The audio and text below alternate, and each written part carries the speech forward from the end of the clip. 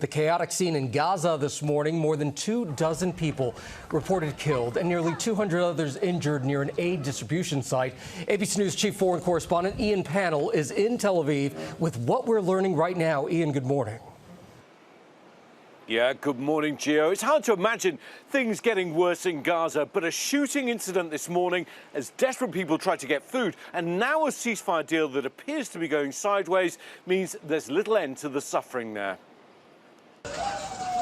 This morning, more than 30 people killed trying to get food in Gaza, according to the Hamas-run health ministry. Ambulances packed with victims flooding into Nasser Hospital in Khan Yunis. The militants and eyewitnesses accusing Israeli forces of opening fire near a US-run food distribution centre.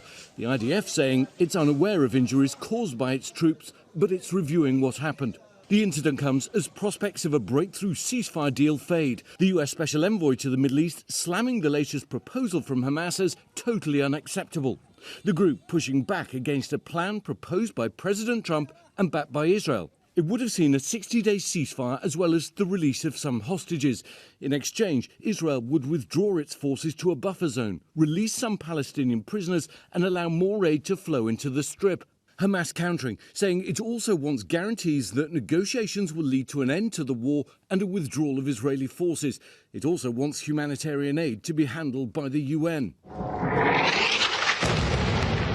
Israel launching nearly daily attacks since breaking the last ceasefire in mid-March, insisting it's targeting terrorist infrastructure, but a humanitarian crisis there growing deeper. In the south of the Strip, Nasser Medical Complex, overwhelmed with patients. I woke up to non-stop bombing, and all I could think about is the number of patients that's going to bring through the door that we can't cope with here. Well, we've had a statement from GHF. Remember, that's the American-run organisation that's distributing aid, and it's claiming that the deaths and injuries are, quote, untrue and fabricated.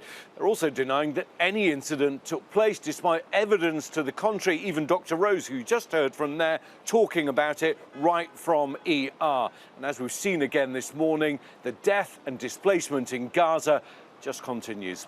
Whit. Ian Pannell for us this morning. Thank you.